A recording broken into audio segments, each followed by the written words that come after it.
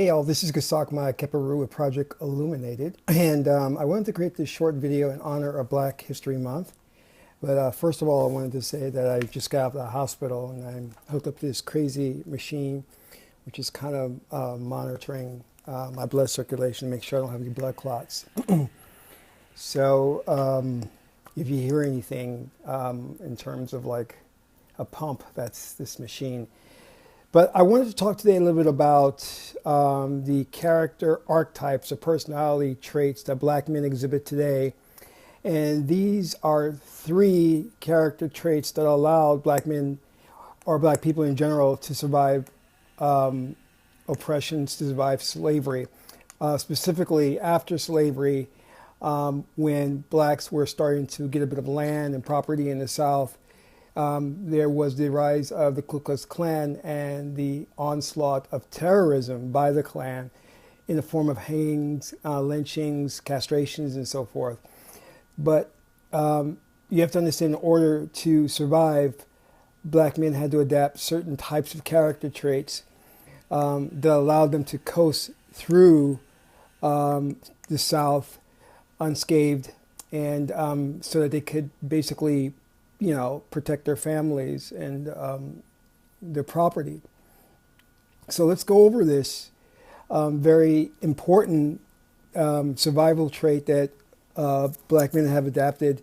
And the unfortunate part of it is that we are still exhibiting these traits today, even though that type of terrorism by the Klan, by Southern whites, does not necessarily exist today. We still reenact those character traits, which are held over from that period and desperately need to be gotten rid of right away because they are holding us back. So I'll go over the first one, which is the Court Jester. I remember going through school, I remember seeing there was always this kid in the classroom who was the class clown, laughing, making jokes all the time.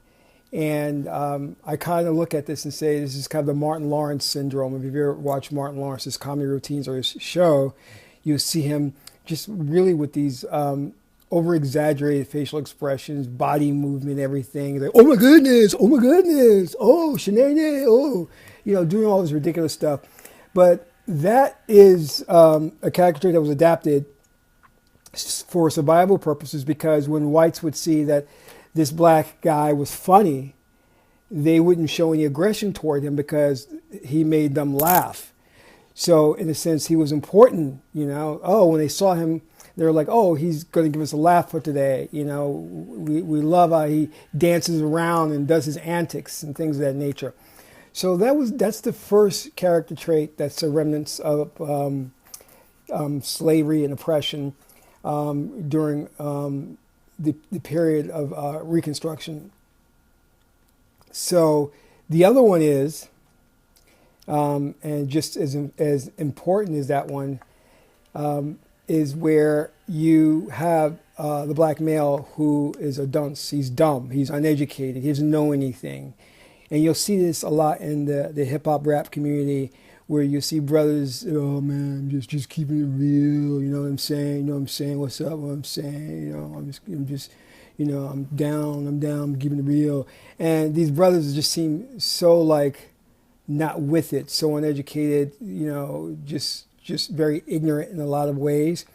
Well, that also has been adapted because in the South, if you were an educated brother, you were definitely seen as a threat, because you knew what time it was, and they had to get rid of you right away, especially if you were legally savvy, if you were good at math, good at reading and things of that nature, then that was a problem for Southern whites. So you were one of the first to go. So we see that even today. Again, I'm not picking on the rap or hip-hop community, but the problem exists that they're calling it keeping it real, which is the personification of ignorance, and not seeking higher knowledge or not wanting to expand one's awareness of the world and things that are on a higher level in terms of knowledge. The last one in terms of character traits is And this one is the type of passive-aggressive brother who's on the peripheral. You'll see him, you'll know that this brother's around, but you'll never really pay too much attention to him because he's very agreeable. He doesn't look you in the eye. He's always agreeing with things that you say. He's not rocking the boat. He's not causing any trouble. He's just coasting through things. You know what I mean? He's the type of brother that is not going to start a revolution. He's the type of brother that is not going to cause any trouble. In fact, he's going to do the exact opposite, where he wants to be under the radar and avoid any type of trouble or confrontation. So those are the three main character archetypes that we desperately need to get rid of, because we are exhibiting those today. You'll see it in many, many black men out there. And those are things like evolutionary speaking. You're adapting to your environment. We don't need those traits anymore in order to survive. They were necessary at one point, but now they're not. Another thing which is kind of similar but not is the fact that in corporate America today, you'll see a lot of black men are now losing the bass in their voice. So they'll go and you won't hear that Barry White voice in corporate America. Their voice gets more higher pitch, more lighter, and that's because the bass in the voice is more of a threat to the white males in corporate America. So those are the brothers that most likely will not be hired. If they are hired and they are assertive in voicing their opinions or proposing new ideas, they're seen as troublemakers.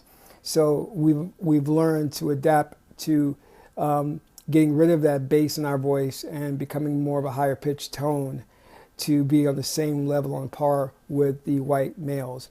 So those are just some ideas on what's happening. And again, these character traits that we are portraying today were necessary for our survival in the Deep South, but now they're not. And unfortunately, we are still exhibiting them. And of course, white mainstream media, specifically the entertainment industry, is rewarding those individuals who are portraying these character traits, because you'll see that the ones who reach a level of stardom and acclaim in the industry are the very brothers and sisters who are, portraying these character types, And it's a shame, because what you'll see now is that the brothers and sisters who are very educated, the intelligentsia, are being marginalized.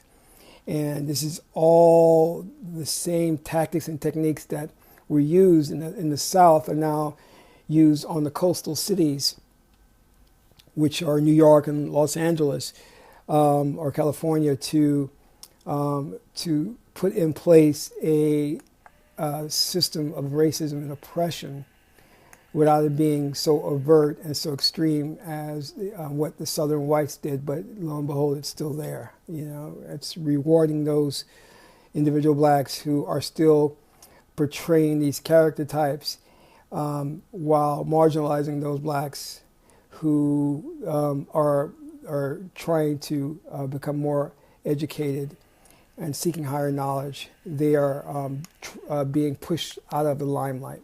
So this is Kasankma Keperua Project Illuminated, and that's all for now.